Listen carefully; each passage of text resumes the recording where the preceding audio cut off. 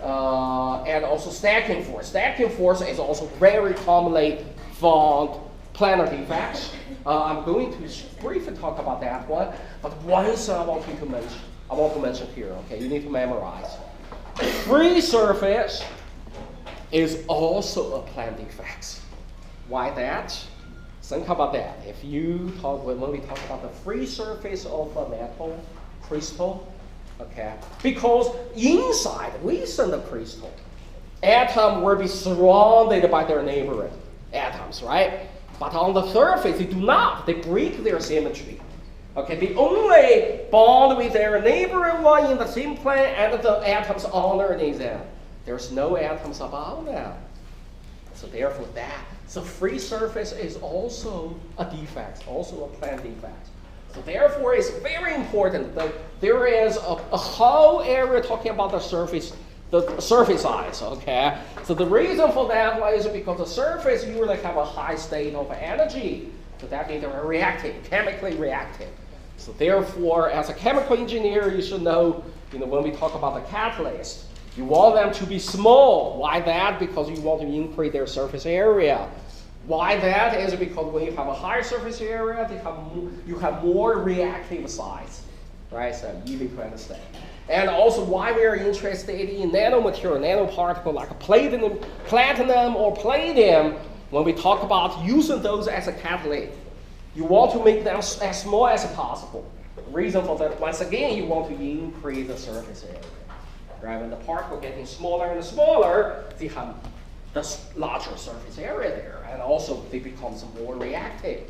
Okay? So as I mentioned, the grain boundary is the most important one. Okay, most important defect in many crystals. And the grain boundary is formed, we talk about that one, right? It's because you have many seeds during the crystallization process.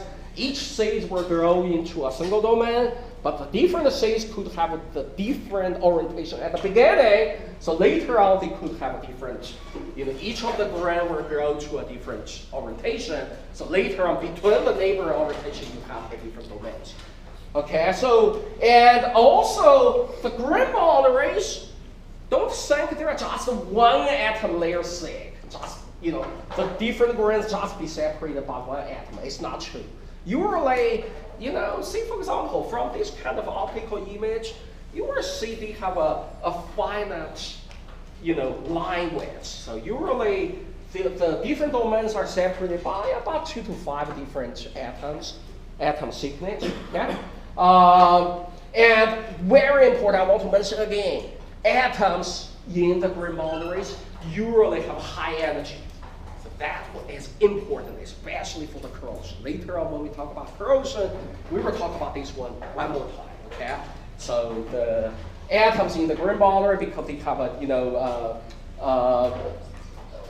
they're a defect size, so the arrangement of the atoms will be very different. Then their energy are also different. Later on in chapter 6, when we talk about the plastic flow, so that means if you have a metal, they will undergo some kind of a stress or some, the mechanical stress, like a tensile stress, or when you bombard on them, the metal atoms could undergo the plastic flow. It's more like a flow, actually, though it's a solid, movement of the atoms. In that case, when you think about that, when some of the dislocations or those kind of deformation will try to translate from one domain to the other. Okay, if they have the same crystal lattice structure, it's very easy to go through. Okay, because the slitting of the atom planes were easily sliding over each other. But if this domain and that domain are different, okay, the slitting of one domain to the others, you have a different friction behavior will be very different. So therefore, if you have those kind of grain boundaries, that will usually help to reduce the plastic flow. So that means they usually can enhance the mechanical property. Okay, so later on we will talk about that one. So in many cases, you want the grain size to be small if you want to improve the mechanical strength. Another type of two-dimensional, the planar domain defects is these kind of twins. I will talk about the mechanism later on, chapter 6. So you see these kind of, see for example, this one and this one, they're kind of like a mirror shape. Okay, so that's usually generated by the recrystallization process. So that means if you have a metal, you do some cold work on them, or that means cold rolling. At room temperature, you shear them under a high force. They will deform, you will store some mechanical energy inside them, and then when you heat up the temperature, then reduce it, they will form this kind of twin structure. So we are going to talk about that one in chapter 6. So these kind of twin planes are useful, once again, to improve the mechanical property. We will talk about it later.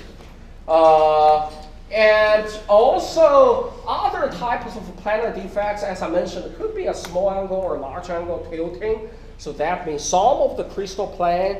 This one is different than the screw dislocation because it's more like a large area. But the angle, when we talk about the small angle tilting boundary, it's less than 10 degrees. Okay, so that's the defects between these kind of small single crystal domains. As I mentioned, the stacking force also a very important planar defect. So give you one example. Chapter 3, when we talk about the difference between HCP FCC structure. FCC structure is what? Is ABC or ABAB? ABC, ABC, or ABAB? ABC. ABC, ABC, FCC, right? So if there something happens during this kind of stacking process, it could form like ABC, AB, A, C, B. So for those, you will generate this kind of a stacking force. Okay, so those are easy kind of things. They are planar defects. Volume defects, as I mentioned, the voids, usually by the clustering of the point defects, they will form this kind of a three-dimensional volumetric point of the defects. That's also very common in the real cases. That's pretty much, okay? That's pretty much for chapter 4. As you can see, I do not cover all, okay? So the most important thing, see for example, I do not talk much about the planar defects, not like the dislocation. You don't need to really memorize much about that one.